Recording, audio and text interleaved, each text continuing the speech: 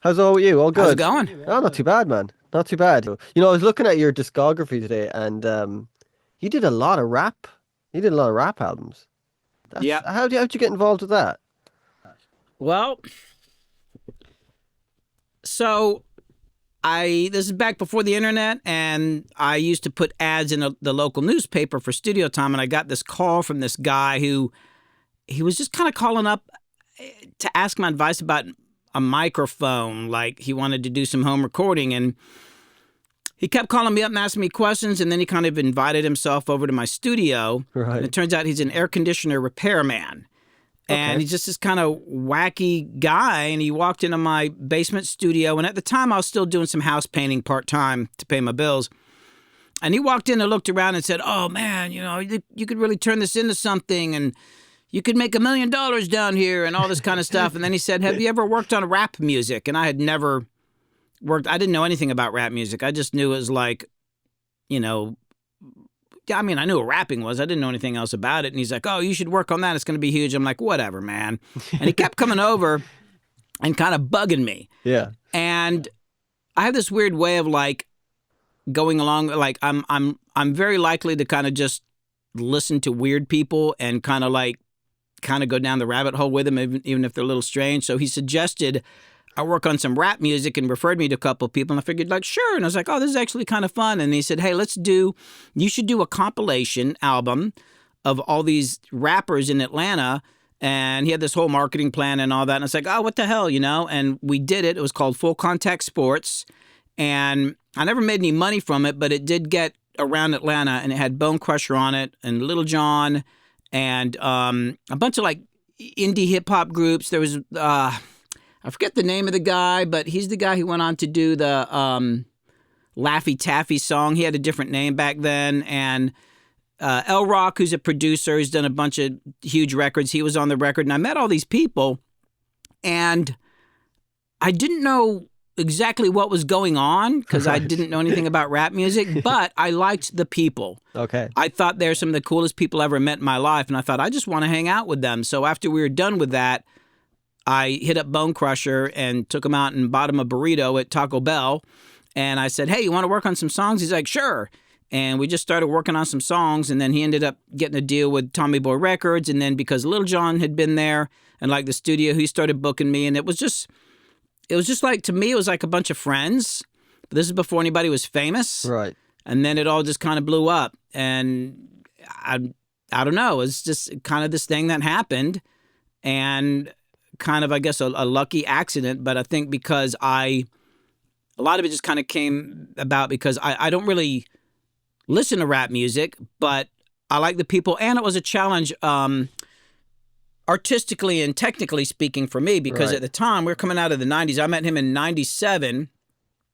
So it was like, at that time, rock people didn't want to do anything cool on records. All my rock clients, just local bands, they never wanted to do anything big with a low end. They never wanted to experiment. And it was just boring. Mm. And I got into rap music, and almost any idea I'd come up with, they'd be like, "Sure, try it. Right. Yeah, go Right. ahead." So I was able to, like, I love low end. So I was able to, like, just smash the drums and make the low end huge. And I was like, "Oh, there's this room, this place for me to kind of like really stretch out as a mixer." And then I got into production too. And I ended up playing on a lot of records too. So it was kind of like, to me, it was like creatively uh, very liberating. And it was not something I expected because I didn't think of rap as art. I just thought it's like, it's just these guys talking over a beat. But then I got into it, it's like, Right. oh, wait, there's like this whole other level that I don't even know about. So it was kind of an awakening for me. Oh, that's cool, man. Yeah, man, I love low end too. I find early kind of 90s rock music is missing a lot of that low end. That's just that actual punch. Whereas a lot of rock music now has way more low end than it did back then. It kind of Well, yeah, I think rap and hip hop changed music. right. Like, From a not production only point of like, view, you mean? huh? From a production point of view as well as a musical point of view. And mixing, yeah. If you Right. think about everything has loops and all that, but I think it made people realize like, oh, we can push the low end more. So yeah, Hmm. like a lot of like I work on rock records and stuff, like even rap records. Like, hey, can we put an 808 or a big bass in there? And I'm like, oh, okay, sure. It's like that was something that you wouldn't have heard about. Right, right, right. That's a kind of strange thing though as well with kind of new rock albums. It's just the quantization of them. I think that just when I hear that in a lot of rock music, it kind of takes me out of it. You know that it doesn't have that feel like that's what I love. Even like I heard some of the new Pumpkin stuff and they've like it's like they beat detectived Jimmy Chamberlain on some songs. Yeah. I'm like thinking, what? Why would you do that to that man? Like that groove that guy has, and I don't know. It's kind of strange that we've got to that point where we've taken a lot of the essence of what made records great, like the slowing up and speeding down and all that kind of stuff. It kind of they're kind of looking for perfection, and sometimes mistakes are way better than these kind of perfectly inline Well, drums. yeah, I mean, if I can get away with it, if I'm recording a band, I don't use a click track. Right. Okay. Because when a band is using a click track, I mean, you got to think about it. If a band is using a click track, even if only the drummer's hearing the click track, Hmm. he's listening to something and following something that the eventual listener, the person who listens to the finished record, is not going to hear. Hmm. So it's like there's a ghost in the song. Right. So he's Right. like following this thing that nobody else hears, and that's kind of defining the groove. And it actually, I think, messes up records. But I don't think that a lot of people are doing that because they're trying to be perfect Mm. as much as it didn't occur to them that there's another way to do it. It's amazing how many people I talk to, especially as I've started putting out videos and I talk about production and doing things differently and not tuning the vocals or not tuning them so much. And I'll get comments from young people and they're like, oh, I didn't know. I mean, you look online and people say, set your tuner like this and you just quantize like this. And they just assume that's how you do it. And then when you tell people you don't have to use a click track, you don't have to tune everything, people are like, oh, I had a band in here, it was years ago, a band called Rehab, and they're Okay. from Georgia too, and they're a real band. But all their records in the past, like they'll use loops and stuff like that, but Hmm. they came in the studio, they were signed to Universal Records at the time, and I had it all mic'd up so the whole band could play at the same time. And they're like, what's this? I'm like, you're going to play together. So they get in there and they think they're going to play the verse and I'm going to stop and cut and paste. And then they think Uh, they're going to play the chorus. And I was like, no, you're going to play the whole song. And they'd never done that, which seemed weird to me because they're a live band. And they were a great live band. There was like 7 people in the band or something like that back then. And it seems strange it had never occurred to them, oh, we can play the whole song. And I said, yeah, because if you do that, then every chorus is a little different. And hopefully, if you got the energy right, the third chorus is going to be way more energy. And they're like, oh, but it's not because they're trying to be perfect or anything. It's just that they didn't know. And I think that's what's going on with a lot of modern music. People just don't know that there's other ways to do things, which is part of my mission to let people know there's other ways you can make records. yeah, yeah. I seen that the video you did where you had an old a reel to reel of a band, your old band, and it sounded great. Like it still sounded great when you took out Thanks. the reel and everything. It's just like I've never worked with reel to reel, so I don't really. And a lot of people in my generation have never worked with that kind of thing, and that sound that people are kind of after.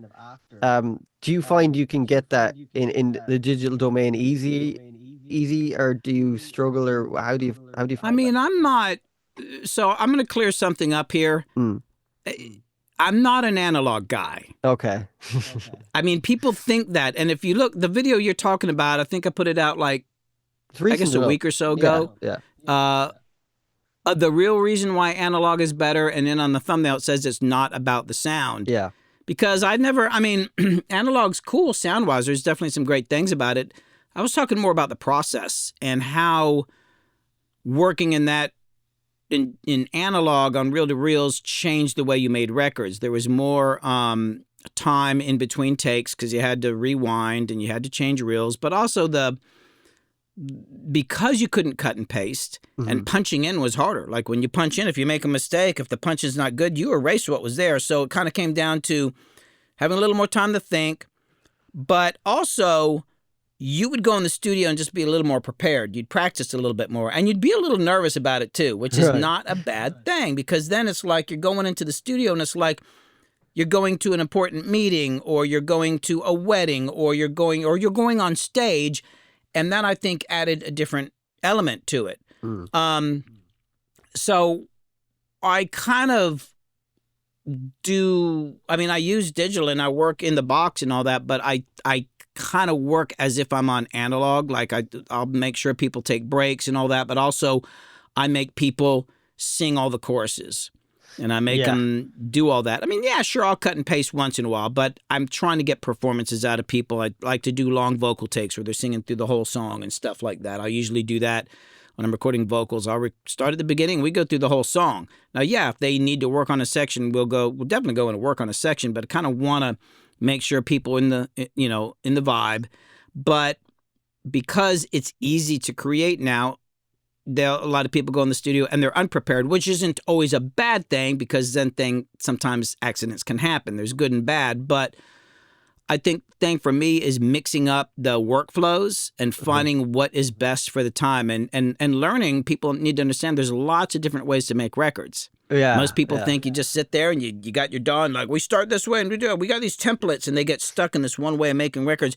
There's a lot of ways to make records. I mean, I see you got an Abbey Road thing behind you I there. And do. if you Yeah. look back on the way the Beatles made records, Yeah. oh my God, have you ever read the Beatles? It's the I forget I got it sitting over in my stairwell there. Is it I think like it's a called the white? Beatles recording. Yeah, it's a white book with their four faces on it, and it's about the recording It of the process of everything I record. It's got every it like, it just yeah, documents every amazing. session. It's It's amazing. not a lot of stories. Yeah, What's interesting about that is they say, okay, on this day they came in and they did 30 takes of a song. yeah, 30 takes. Takes 1 through 10, they did at one tempo. They kind of like it. And then they thought, let's do it faster. And then at take 18 to 26, they changed keys. They went up a key and then they went down and they would try all these different things. And then sometimes they would edit different takes together. Like we'll use the first half of one take and the second half of another. And I found that really inspirational. Like, oh, they were working. hmm Like they were really working hard. And that was like mind blowing to me. And also the fact that they kept records, that made me actually start keeping records of a lot of my projects. So I could actually go back and say, how did we do that? Because later on, you create something and you forget later on, like, how did we do that? Did we, like, what was the process? yeah, So I started documenting more stuff because yeah. of that.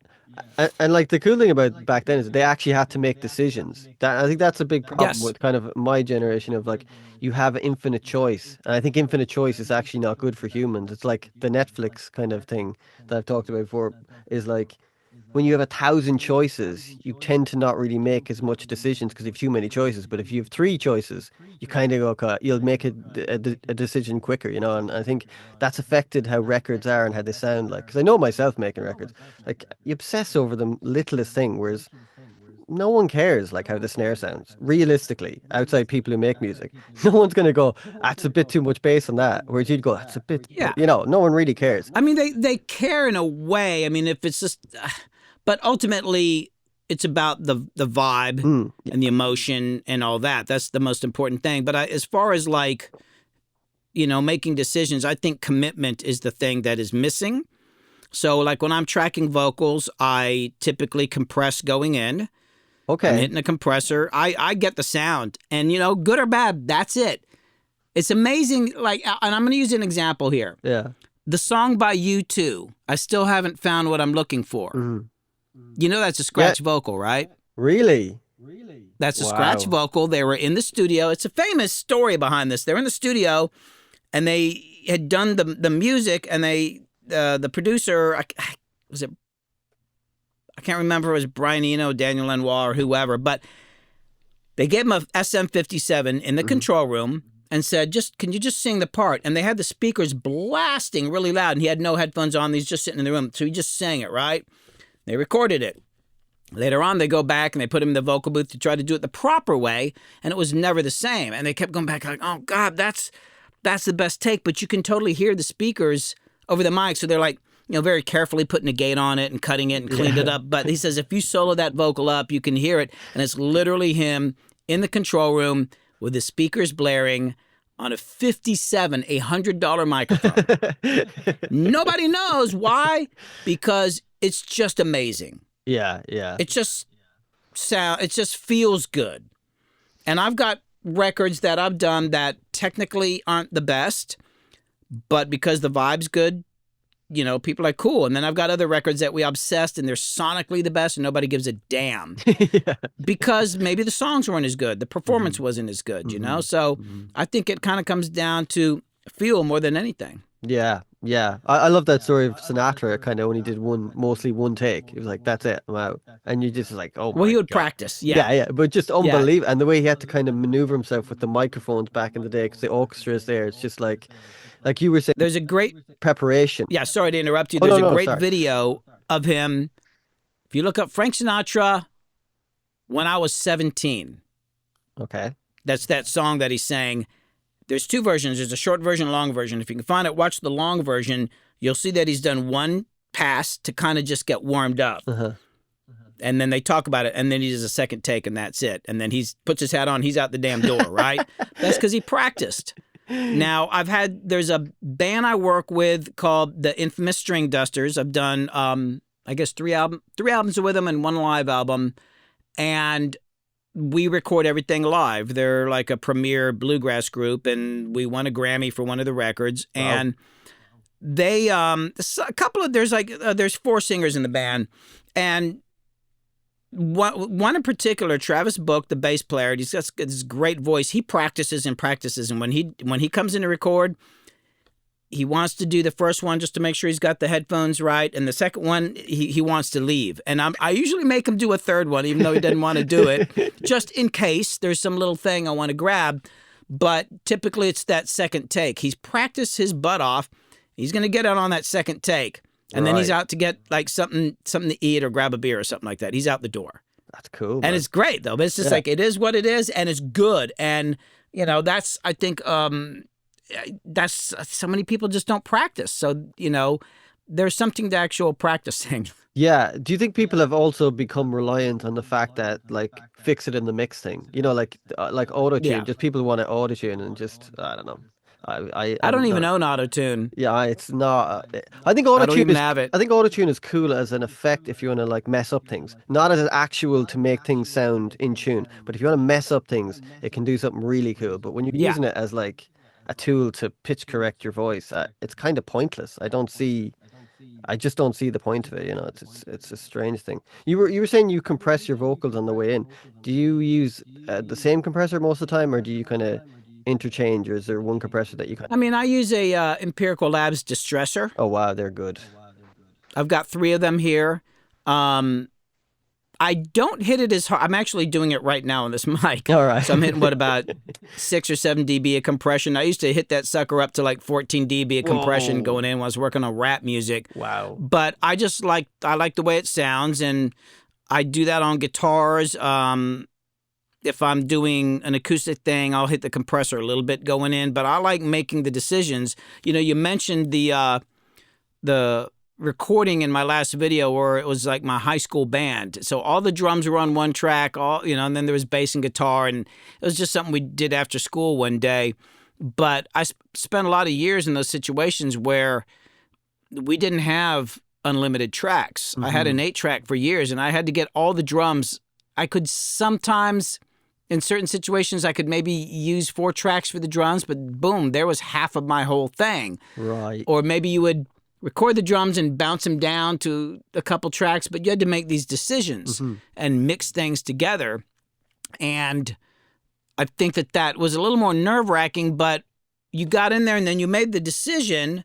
And then here's the thing that's really important about making decisions as you go in. Like when you recorded something, because you couldn't change it a lot afterwards, newer parts that you put down, the way that you got the sound off of them and performed them were based on what was already recorded, and that probably wasn't going to change too much, right? Right. So it was kind of like things were getting baked in to the sound. The problem is nowadays people can go back and radically change the things that they recorded first. So let's say you've got a rhythm section down and you're putting another guitar part down and some more vocals or keyboards, and you're going to do that based, on what you're hearing. It's going to be a lot of things. The engineer, the producer is going to make decisions technically, the player, based on how they're hearing things.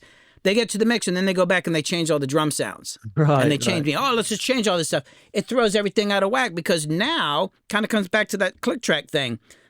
the sounds and parts that were added later Hmm. were referencing something that sonically no longer exists. Might be the same parts, although they might have gone and edited stuff too.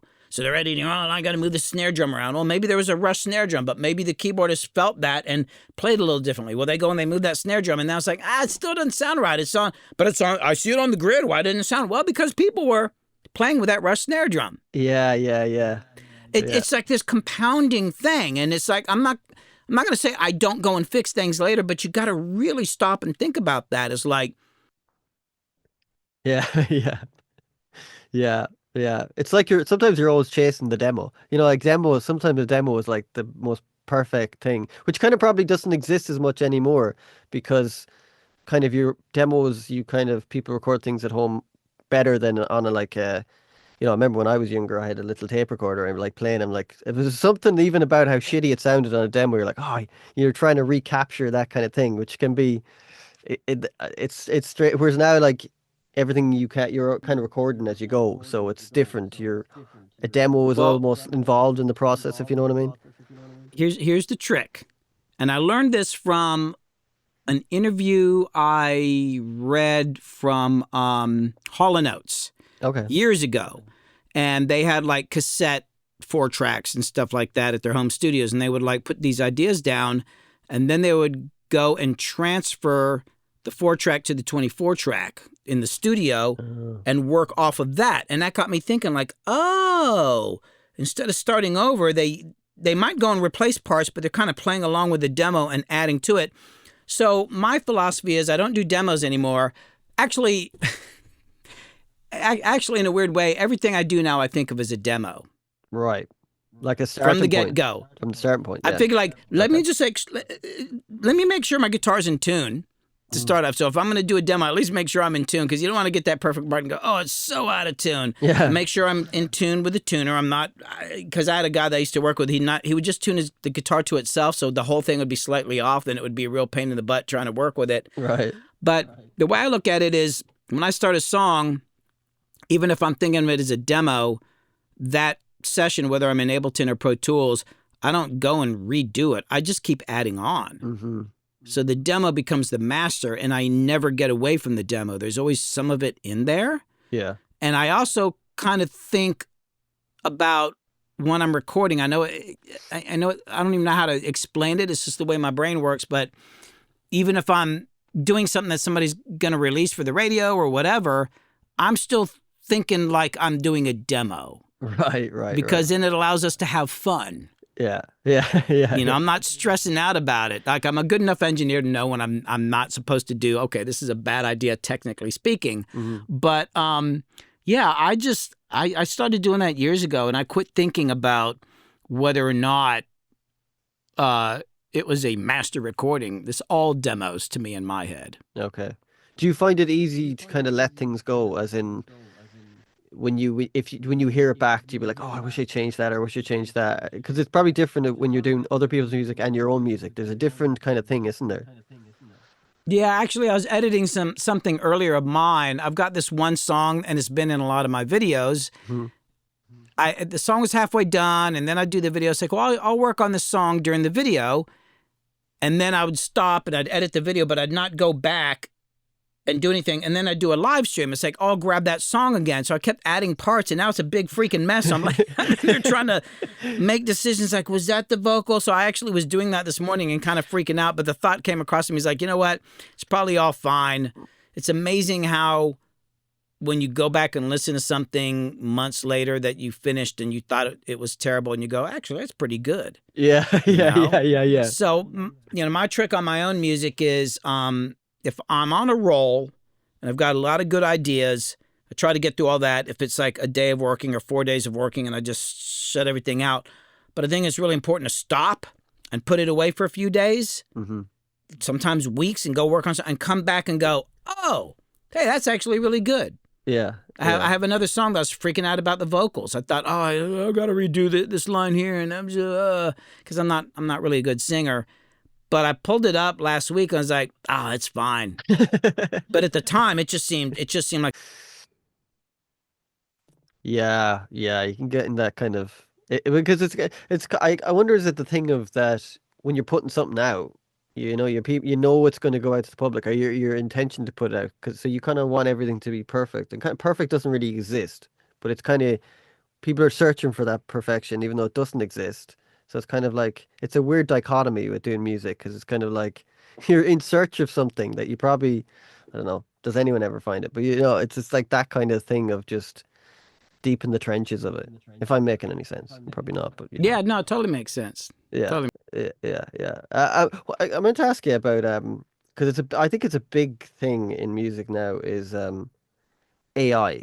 How do you think AI is going to affect? Because it's already starting to affect music, but just the future of music, especially with companies like Spotify, they have like their own playlist where they're making music with AI, and like to me that shouldn't even be allowed. I don't think for Yeah, companies. I think it's evil. Yeah, yeah. I think it's frankly evil, and I think that there's good places that AI could be used, but I have very strong feelings about that. I think it's wrong. It's going to put a lot of people out of work. Mm-hmm. It's going to put a lot of people out of work, and it's already having an effect with a lot of people I know. I feel ultimately it's almost going to be, and I could be wrong about this. I think in a weird way it'll almost be like there's this new genre. Right, I It's get like you. the fake music, Yeah. and then they'll be like, I'm the real music, and it might be hard to tell. I mean, for your average person out there who's gonna like, no, I want to put music out. They can go make it and they can put it up there. And I've heard about this guy who was like making a lot of tracks and putting it on Spotify, and he had like a bunch of different accounts, was making money. But how are you gonna go tour? Yeah, yeah.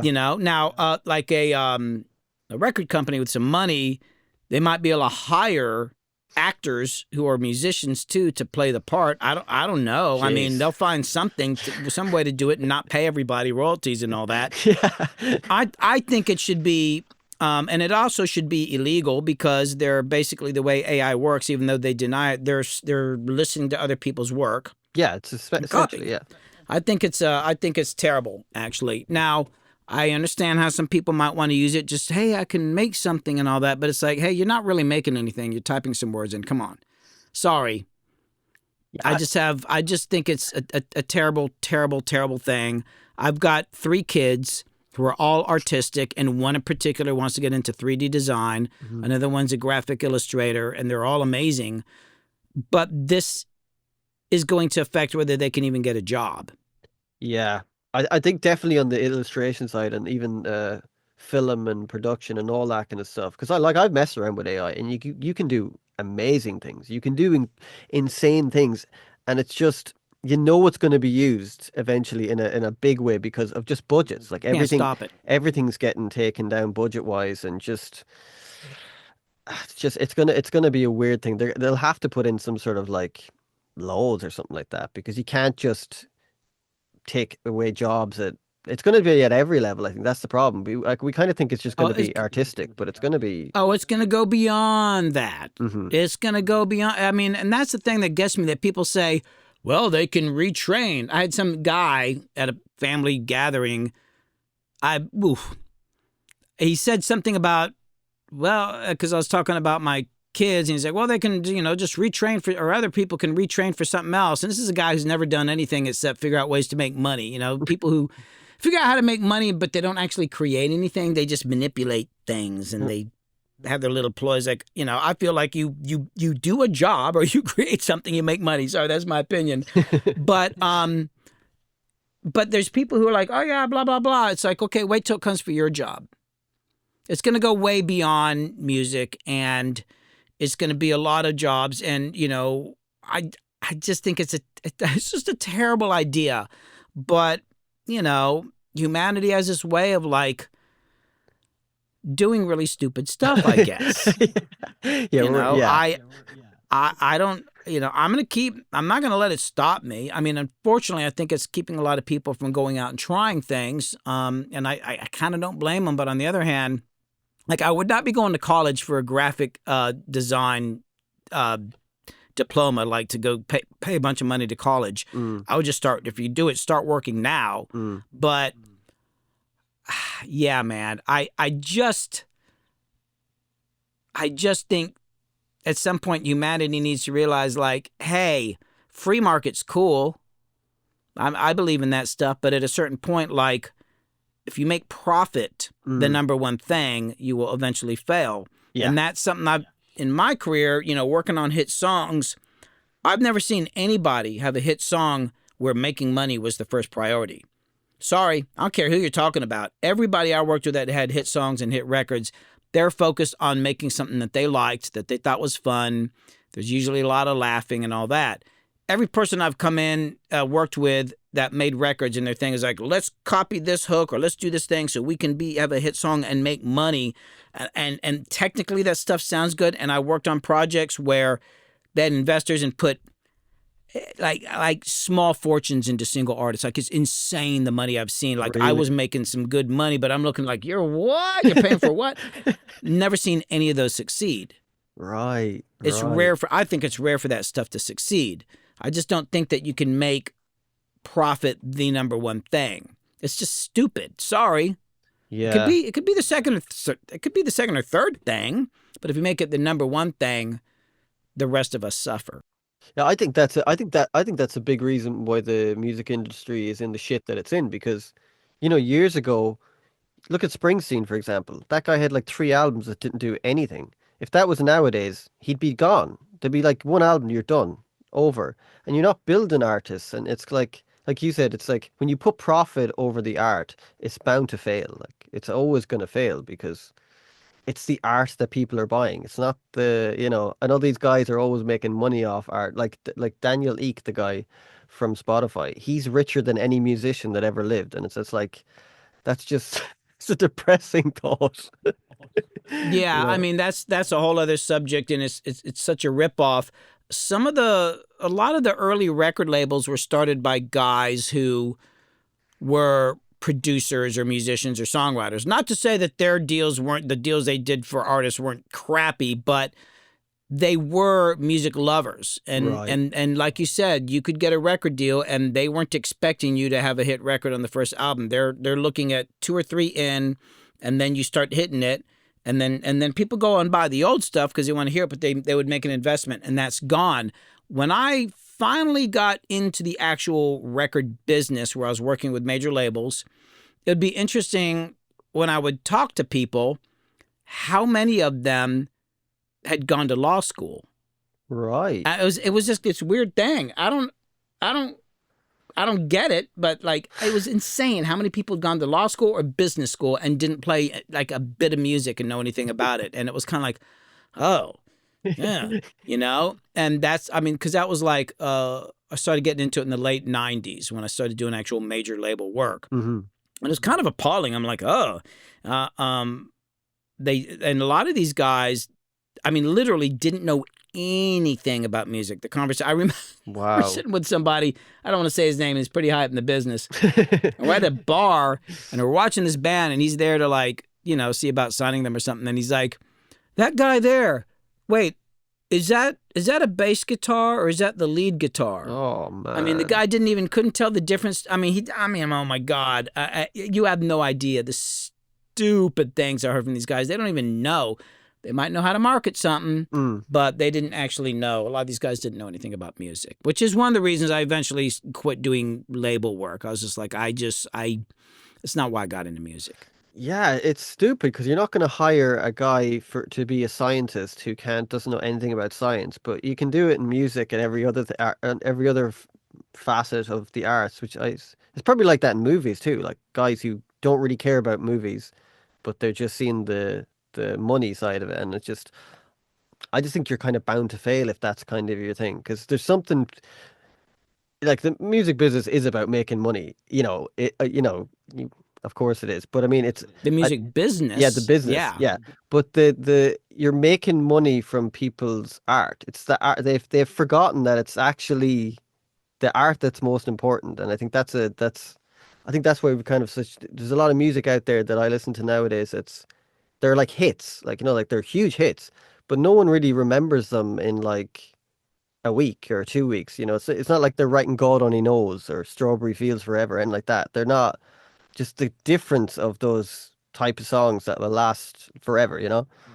Yeah, I think the path forward is going to be, I guess, a cottage industry, like a band can make their own records and they finance it however they got to finance it, and they get out there and they do stuff. And I'll come back to the infamous String Dusters. They are their own label and they Hmm. finance their own records, and they make a lot of money on the road because their shows are absolutely amazing. Oh my God, some of the best performers ever. And they sell records, and they sell vinyl. They sell actual vinyl records, and they do music that gets licensed. I mean, now we'll see. We'll see with AI, Mm. but I feel like probably the best music's going to come from people just kind of doing it. They're all going to be small businesses, little businesses, and you can get a following and you can do well, but it's not like you're going to be a huge mainstream artist, because that's where the big money's at, and you're going to get sucked into that machine. But I think for a lot of people that would be fine if they can play their music and get out there and find their own audience and make their own stuff and put it out there. And eventually you get enough money to hire a road manager or a manager or a good accountant or whatever, or people to help you make the records. Like the String Dusters, they pay for studio. They all have studios. They can all record, but they'll go and pay for a good studio and good engineers and mixers and producers, and but it's all self-financed. They make Right. great records. Right. I got to check them out. How do you find juggling like doing the channel now and you produce and you mix and then you have your own music? How do you find juggling everything? Does the channel take up a lot Well, more time now? There's this thing. What do they call it again? It starts with an S. It's sleep. Oh, sleep. Yes, sleep. Some people sleep. I've heard of that. Yeah. Um, man, no, I'm struggling with that now. The channel's really taken off now, and I was actually having a discussion with my wife Kit, who's on all my live streams, and basically she's kind of my manager and helps me run the business and has for decades now. Just trying to figure out the schedule, like how to put out videos. The one thing I finally figured out with my videos is, early on when I was making videos, the videos would be about these other things that I can talk about, like, I don't know, like a lot of technical stuff, or I'd like pick something like wacky drum fills or this thing over here, and it was cool, but I was doing it because that's what everybody thought I should do, and I do like talking about that stuff. But the problem I found is that doing those videos had nothing to do with what I'm doing in my life. And Uh-huh. then last year, I suddenly realized, like, wow, my life's actually kind of interesting, because like I'm recording this weird stuff, or there's always some wacky stuff going on in my life, right? Hmm. I thought if I just make the videos like all my recent videos that I have anything to do with the studio, I'm actually working on my own music. So I'm kind of like, you know, doing two things at the same time. I mean, there's a lot more to it, but Hmm. I started to integrate everything together. So if I'm going to do a video about sampling or vocals or whatever, it's going to be one of my songs, which I need to work on anyway. So it'll be weird. I was actually working on, I've got that video, my secret, unique recording techniques. I forget, or maybe it's my unique secret, whatever. But the thumbnail is like a picture of me hitting a water jug, right? And it has a lot of sampling on it. And I got into it and I realized, oh, these samples are good. So as I'm filming it, I would periodically stop filming for a few hours and just be recording and doing vocals and recording parts. Oh, yeah, so I'd hit record, boom. So I was actually working on this song Yeah. at the same time I'm working on the video. So that's how I kind of put it all together. And then people see the flow of it. And it's the same with my live streams. I'm working on my own music and doing that stuff at the same time. So eventually I need to hire, I'm not making enough money from YouTube now to do this, but I'll eventually have to hire filming guys and editors and stuff like that. Right now it's me and my wife, and I've got this kid Harper that comes in with the live streams and runs the cameras and occasionally helps me engineer. So right now I'm just scrambling, Yeah. trying to figure out how to do it all. Yeah. Well, I think that's the kind of cool thing about YouTube is I think if you do something that you're passionate about, it kind of resonates with people. Like I kind of oddly, when people do like podcasts about the most random stuff, it just resonates with people. I think it's different than TV and stuff like that. When you watch like even interviews, on TV, they're so fake. you know that they've asked that guy, their manager, they know the questions that are coming, they know everything that's coming. Whereas with podcasts and stuff like that, it's just like a conversation. It's more real, I think. And I think people have Yeah. latched on to that. That whole kind of old media is starting to die out because it's not really real. Like the Tonight Show and all those shows, like they know the questions they're going to get. And it's kind of like, well, why are you having them on? Like, I don't get, it's all about promotion where it's not like, YouTube just seems a bit more real. I mean, that'll probably change, but for the more time, I think I feel like the best YouTubers are just being themselves. I yes. mean, my one of my kids, he's a big reason I even started doing this because he was always saying like, "Daddy, you should tell your stories, or you should make videos and tell your stories, or whatever." And I started making them, and I felt like I was being myself, but I realized I was still kind of like trying to be like, oh, blah blah blah. But then I don't know, there was a certain breakthrough. I was like, I don't know that I would get these comments from people, and sometimes it would be the goofiest thing in the video. Like there's one video I did called "Was It All Worth It or Was It a Waste of Time?" And it was about putting this board in here. Hold on, I'll show you on the camera here. It's about putting this mixer right here Uh-huh. into the studio. I'd actually set up the whole studio, and I'd not had a mixer in my studio for years. I was doing it like just with a mouse, and there was a good deal on this mixer, Uh-huh. and I was like, should I go do it? But I had to stop everything, stop filming and everything to do it. So I went and did it because I was able to get this in this whole desk for $600, which was a great deal, Wow. and it's a good friend of mine. Wow. And I didn't get the mixer for mixing, by the way. It's not for mixing. It's Okay. for doing sessions, right? Uh-huh. And so I made the video, and I ended up filming 250 gigabytes of footage Whoa. of going and picking it up. Oh yeah, let me show you again. Wow. I took out every channel. Every Okay. channel I took out and cleaned. Every potentiometer I took all the faders out and took the faders apart and cleaned them. I filmed all of that. Dude. And then I got done and I was like, well, part of the reason I had so much footage, I accidentally filmed a bunch of it at 6K without realizing. So I was like, oh, I didn't mean to do. Oh God. Oh, So the anyway, storage on it that. took me like a week and a half to edit the video, and I was trying to like document the whole point. I had to empty out the control room and then bring the desk in, and then I had to pull all my gear. So I was trying to document doing every step. Well, on the second day, I forgot to turn the cameras on. Oh I was just no. working. So like partway through the day, I was like, oh, I forgot to put the cameras on. So I was going to do this little thing at the end of the day, and I had my iPhone set up to the side. So I went up to the camera, and I was going to try to say, okay, I forgot to turn the cameras on, but here's what I did. But I was so tired, I turned the camera on, and I couldn't even talk right. I was like, well, what did we? And I kept redoing it, and I literally looked like I'm out of my mind on this clip.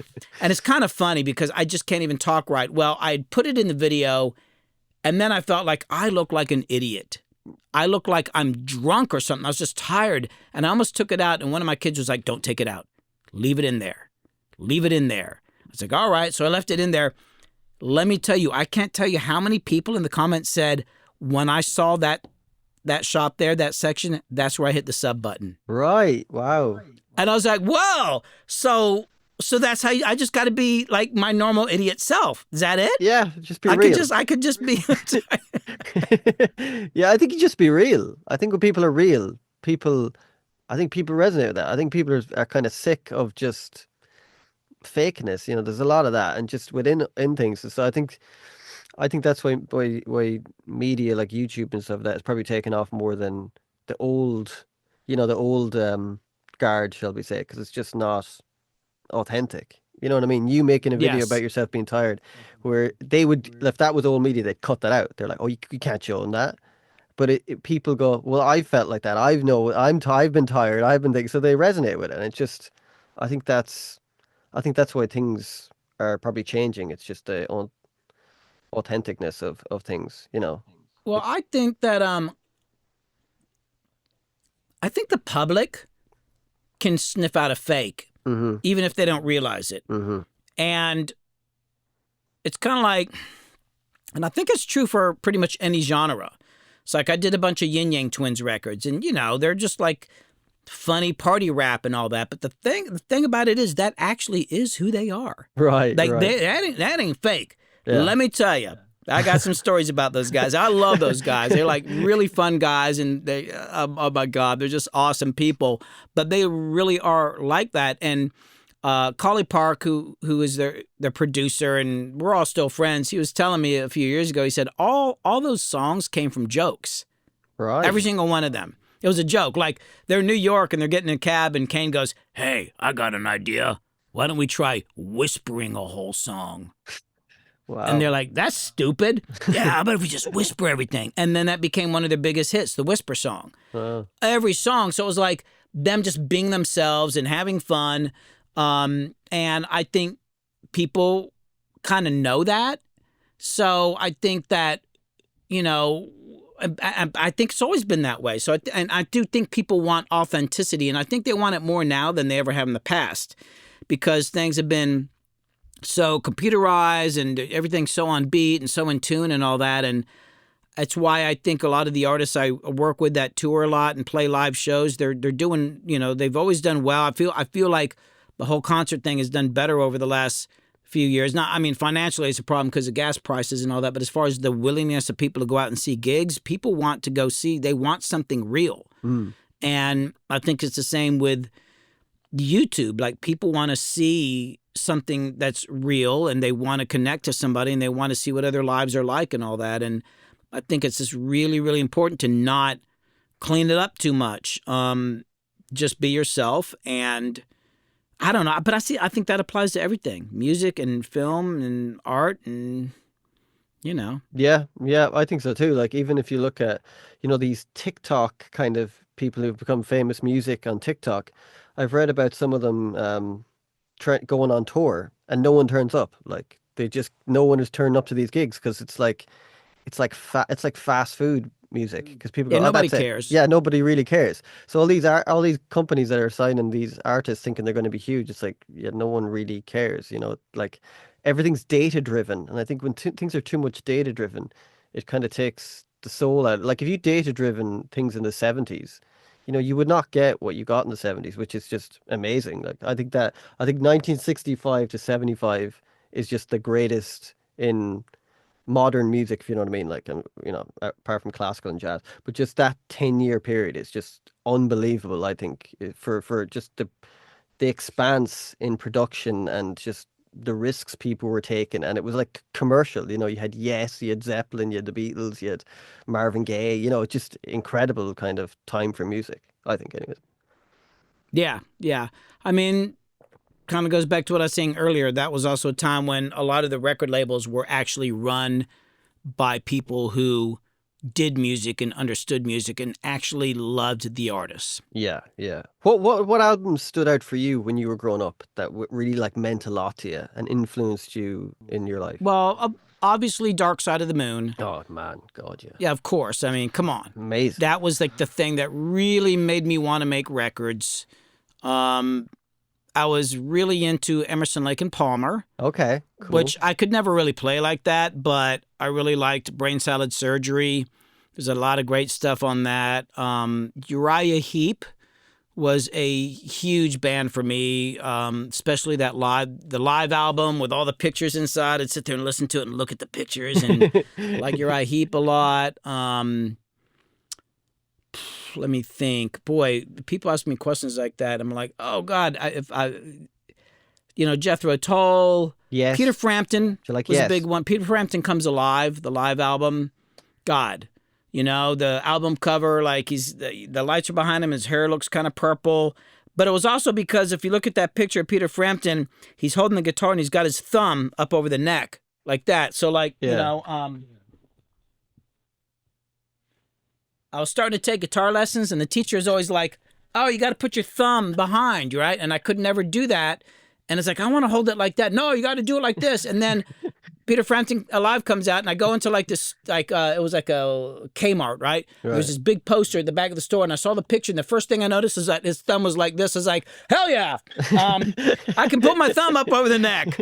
And then I went and got the album. I was like, oh, I really like this, Right. Joe Walsh. Joe Walsh was huge, and I mean, there's a bunch of them, Although I liked a lot of 80s music too. Tears for Fears, Oh I man, Tears for know Fears, amazing. people get on about Tears for Fears. Too much reverb, and I'm like, shut the hell up, man. Those songs are amazing. Totally. I saw them perform 2 years ago here in Atlanta. It was actually a little north of Atlanta.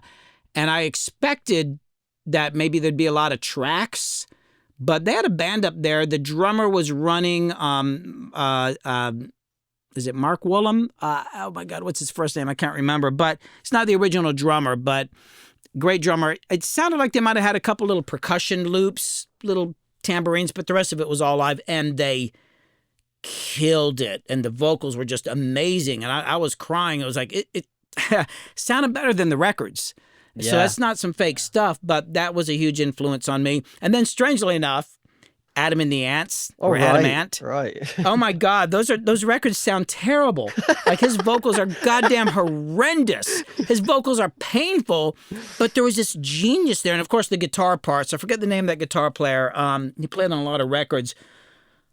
But the records are just like, my wife hates it when I listen to it in the car because they kind of sound terrible, but yet there's this thing about it. It's like, I can't even explain it. There's something about the arrangements and the guitar parts. And even though his vocals were god-awful, like the things he would do, and I'm like, that was actually a big influence on me. I was really influenced by a lot of those records as far as the way to put things together. So hopefully my voice is better than his, though. That's interesting.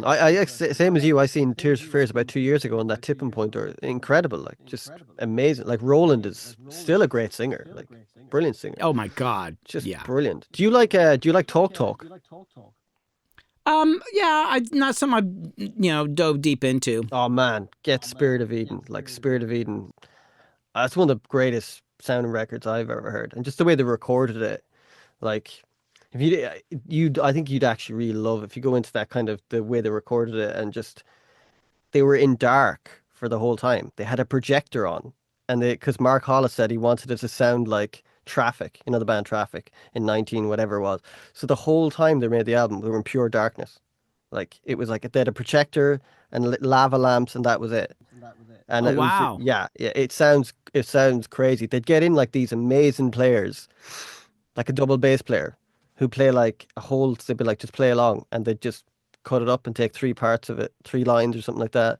But the whole story of that album is just super interesting as it sounds, because it sounds like there's a band, but everything's kind of done weirdly separately. It's just I think that record. Actually, the Tears for Fears records were done the same way. I had this, some YouTube videos I wanted to make about making records, but I keep getting demonetized if I put other people's music in there. I actually got to look up and see about getting permission and all that. But Yeah.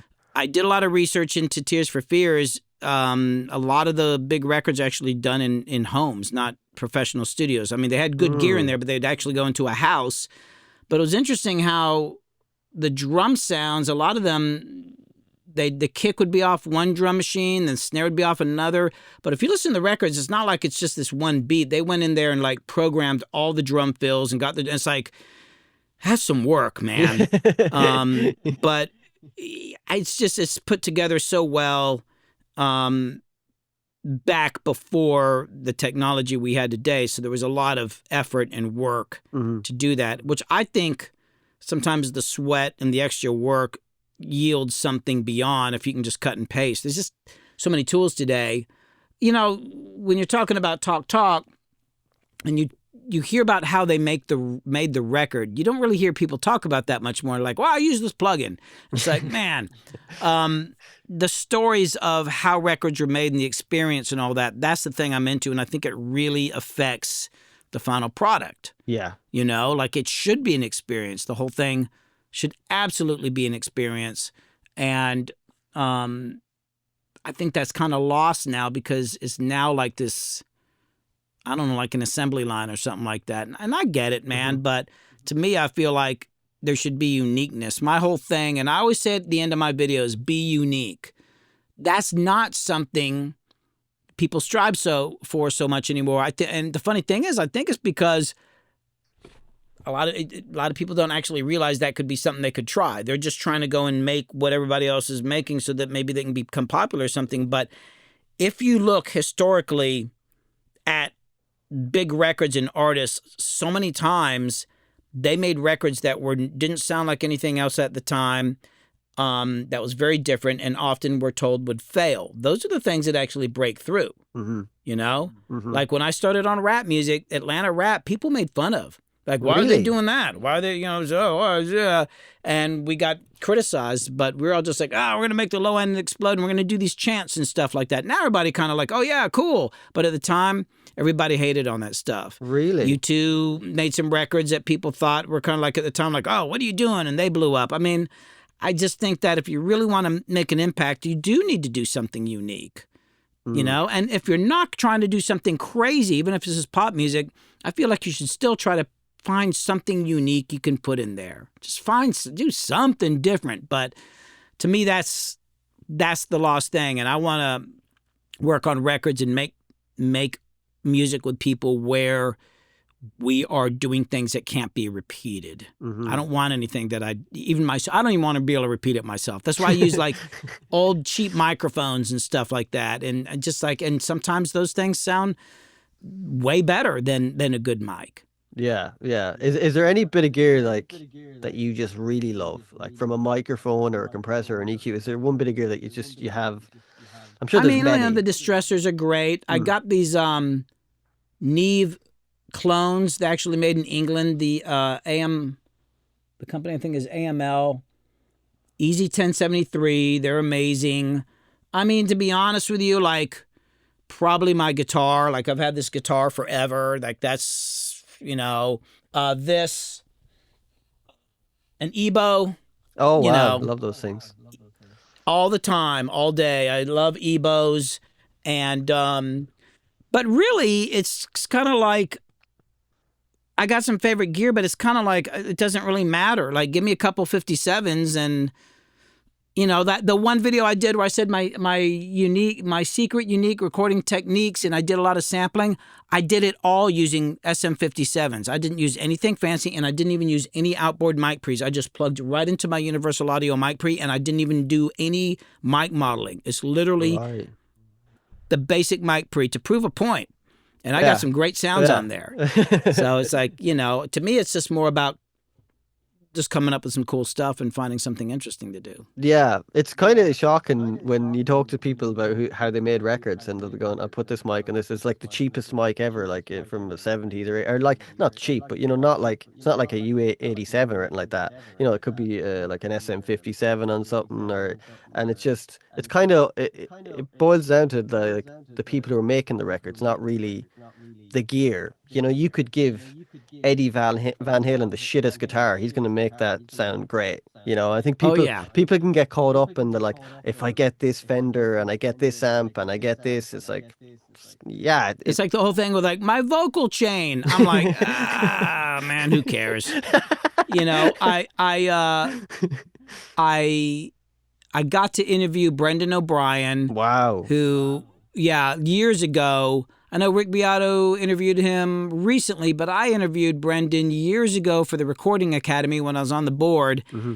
And it was kind of funny because it was a private event. It wasn't filmed. He didn't want it filmed or anything like that.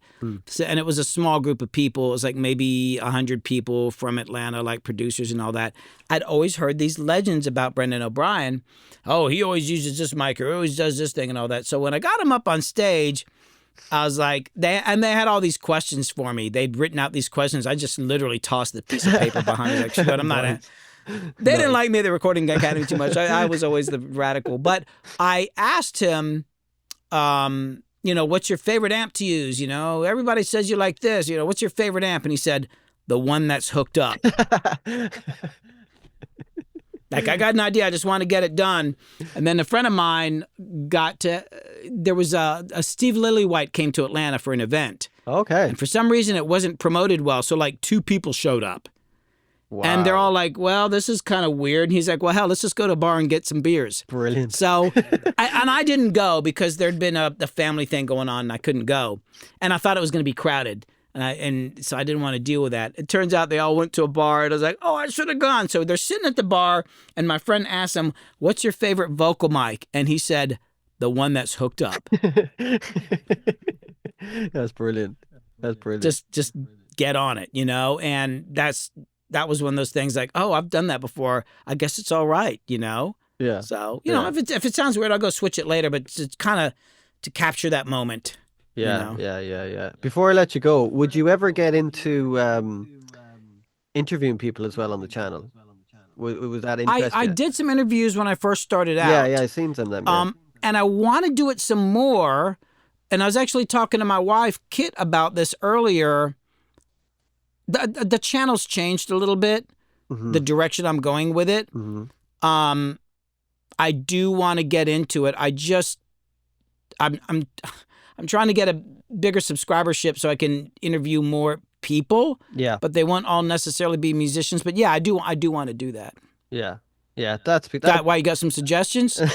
I know a lot of people. I'm sure you know way more people than I do. You know what I mean? But yeah, yeah. I think it's kind of. I like listening to people who make music, talking to other people who make music. You know, there's something kind of cool about it because it's just cool. You know, when you're into music, you know yourself. You just like you could listen to anyone talk about music. There's just something kind of cool about that. You know, it's like Beato. Didn't he start off kind of just doing these kind of like tutorial kind of things, and then he's kind of morphed into more Well, like interviewing he stuff. had the video with his son Dylan, um, standing at the piano, and Rick plays like a really complex chord. Dylan's got Oh, perfect perfect pitch. pitch. Okay, okay. Yeah, and I've known Rick since '97. I Hmm. think I met Rick in '97. Um, and Rick doesn't have perfect pitch, but man, a guy can hear stuff. But he would play this chord, and then Dylan would say, "That's a C sharp minor diminished, whatever," and he'd name every note in the chord. So those went kind of viral. That started taking off, and then somebody said to Rick, like, "Hey, you could do well with this." I mean, it's actually knowing Rick for so long. It's almost funny to me that he's got the YouTube channel and he's doing it because it just doesn't actually. I mean, what he's talking about totally seems like him. That's for real. But Hmm. I don't know, the idea of him being in front of a camera and all that, just knowing him is like, wow, but he's gotten really good at it. But yeah, he started doing the tutorial stuff, and then I think he figured out, some of the types of videos. The interviews he's doing, I think, are a gift to all of us, Yeah, they're Like, brilliant. you may not agree with Rick's opinions, and there's certainly stuff I don't agree with him, but I will tell you the fact that he's interviewing guys like George Benson. Oh my God. When I saw he had George Benson, I was like, oh my God, like this is something that needs to be preserved. A lot of people don't know about this stuff. And I think that's like a great thing that he's doing. I think it's a library. You can go back and you can learn so much from that stuff. Yeah, man. The interviews, his, I hate the word content, but we'll say videos. Yeah. I'm more interested in the interviews because I think they're more better than just talking about top 10 Spotify songs. Because like I Yeah, don't give a man. shit about that stuff. You know what I mean? And I don't think most people do really. I mean, some people do, but I think the interviews are great. Like he had a great one with Rick Wakeman and like you said, George Benson. Like George Benson is a legend. Like just the like amazing guitar player and amazing singer. You know, people forget like that he's a jazz guitarist, started off as jazz Oh, yeah. guitarist, and like such a dude, like just a total dude, man. Yeah, so that'd be Yeah, I cool. mean, I think the thing with the YouTube channel, I'm actually not doing anything that everybody thought I was going to do or thinks that I should do for the most part. Everybody wants me to do videos about how to mix this or how to do that or what are the good play. I could really give a shit. I mean, I'm good at that stuff, but to me, it's like, it's all boring to me. Like, I'm good at it. I could show people stuff, but Hmm. it doesn't mean it's going to sound like me. There's so much stuff that happens before all that that's so much more important. And I think it's so much of it is like how you think about what you're doing and your perspective and all that. I could show you the technical stuff all day long. But if you don't have some other stuff in place in your head or your perspective or whatever, none of it's going to matter. Yeah. Plus those videos are actually really hard to make. Yeah. Like the technical ones. Oh my God, it's just the reason it's hard for me is because I never went to school for this. Hmm. I've never actually seen anybody mix a song in my life. Really? I never worked at a studio. I Wow. never got trained by anybody. I did see one guy, a guy named Ron Christopher, mix for 5 minutes at the Old Tree Sound here in Atlanta. I wasn't supposed to be. He had the door closed. I walked in, and I was sitting in the back, and he was on an SSL, and I could see the compressors, and I learned so in 5 minutes. I was like, oh, that's what he's doing. Then he turned around, and he said, "Don't let the door slam on the way out." Okay. And I'm kind of dense, so I kind of was like, okay. And then he just kept looking at me. I was like, oh, he means like right now. Oh, I need to leave. And he just kept staring at me. I was like, okay, I guess I'll leave. And that was it. That's all I've ever seen. Yeah. So I do things, but it's kind of hard. I mean, I don't always know how to explain it. And a lot of what I do is so kind of instinctual that I wouldn't even know how I know what I know, Right, because I've right. been doing this since the 70s and it's a mixture of a lot of different things. So sometimes doing the tutorial thing is like I have to actually stop and really think about why am I doing this? Like I'm giving this advice and I'm saying this thing, but the reason I'm doing it is because I did all these other things, or it's going to go to this other place. It's not as simple as just like, what's your vocal chain? That's like to me, that's like the dumbest shit ever. Like, what's your vocal chain? I'll just Yeah. copy that. It's like, that may not work for you. And Like it presets. may not matter. And, you know, people always ask me, I mean, I'll talk about the gear, but it doesn't, I got this friend and he makes music on a laptop. He has a 2-channel interface. He doesn't even own a microphone, and he doesn't even own a MIDI keyboard. So he works in Ableton, and he does that Wow. thing where you hit a little button in Ableton so you can actually use your laptop keyboard as your music keyboard. That's how he makes music. Wow. And he's Jeez. amazing. Wow. Amazing. It's EDM type stuff, but with these orchestras on it, and it's just like, Mm. and he wouldn't know what the chords are. He doesn't even own a microphone. Whenever he wants to do vocals, he's got to call around friends. Can I borrow a mic? And he has no mic pre, so he just plugs into his little 2-channel thing. And in the end, I mean, I think sometimes it's a little troubling, and maybe I hear the S's too much, but for the most part, it's like, it's just spectacular. And he's not doing anything that, and actually his Ableton sessions are absolute disasters. Like if you actually looked at the editing, you're like, what are you doing? Oh my God. It's the most convoluted crap ever. But Yeah. what comes out of the speakers is great. Yeah. That's all that matters at So, the you end, know, isn't it? That's all that matters at the that's end. the only thing that matters is what comes out of the speakers. Doesn't matter. Excuses don't matter. Doesn't matter about the argument. Doesn't matter about this or that. Doesn't matter that maybe you spent 10 extra hours doing something, or maybe somebody didn't want to spend the extra time to do something, so you cut it short. None of that matters. You can't explain that. You can't stand by the speaker as somebody's listening to something and say, well, it would have been better if we'd had more time or whatever. You don't have the opportunity to do that. The only thing that matters is what comes out of the speakers. Yeah. All the other Yeah. stuff doesn't matter. And it's like little mistakes. I was getting a track mastered maybe 6 months ago, and I kind of had there was a part in it where the bridge part where it gets quiet and there's an acoustic guitar and a piano, and one part you could hear me kind of my knee must have hit the hit the acoustic guitar, and the guy who's mastering, a lovely guy, was like said, you know that's in it, and I was like, yeah, I'd leave it in it. He's like, why? I was like, just leave it in it. It's like, if it was me 10 years ago, I would have been, oh dude, I need to give me that back and I'll take out. Whereas now I'm kind of like, I kind of leave it in because it adds a kind of thing. Because when you listen to it, you go, what the hell is that? Those little Yeah. mistakes are in all these old records. Like my friend sent me, um, Hendrix stems because he worked on with Hendrix, and you can so he's Foxy Lady. You can hear Hendrix coughing before he's singing. He's like clearing his throat and going. It's all on the record. It's all on the Oh, record. wow. You never cut it out, but you Which can't. song? It's Foxy Lady, but you can't hear it. Okay. Cannot I'm hear it because the music is so loud. So I'll send you the stems. It's really oh yeah, please do. I yeah, would love to hear it's that. cool, man. It's cool, but you could just hear him going. And like you're like, wow, this is on the actual song. Just left it in, because they couldn't be cutting things out. They're like, ah, fuck it, leave it in. And it just, I don't know. Those things add to all those records, like those little mistakes, and then they become not mistakes. Then they become part of the kind of record. So it's like, who said it? Someone said there is no mistakes or something like that. But yeah, I don't know. Yeah. Yeah, but Well, with me, sometimes there are mistakes. Trust me. yeah, me plenty too. Hey, Billy, man, thank you so much for coming on the podcast. I really Sure, appreciate I your time. enjoyed it. Oh, Thanks man, for having me. thanks, brother, man. Really nice to talk to you, and I dig the channel. And Thank you. how can people reach you if they want to reach you? Channel. I'll put all Well, links up, anyways. you can go. My YouTube channel is Freaking Out with Billy Hume, Hmm. and on Instagram, I've not been on Instagram lately, but Billy Hume, I'm there. I do have a website, but don't go there. It's a mess right now. I'm trying to get it redone. If you wanted to directly contact me, just contact billyhume@gmail. But yeah, probably the best way is like on my YouTube channel. That's where I'm most active right now. That and contact billyhume@gmail. Cool, yeah, brother.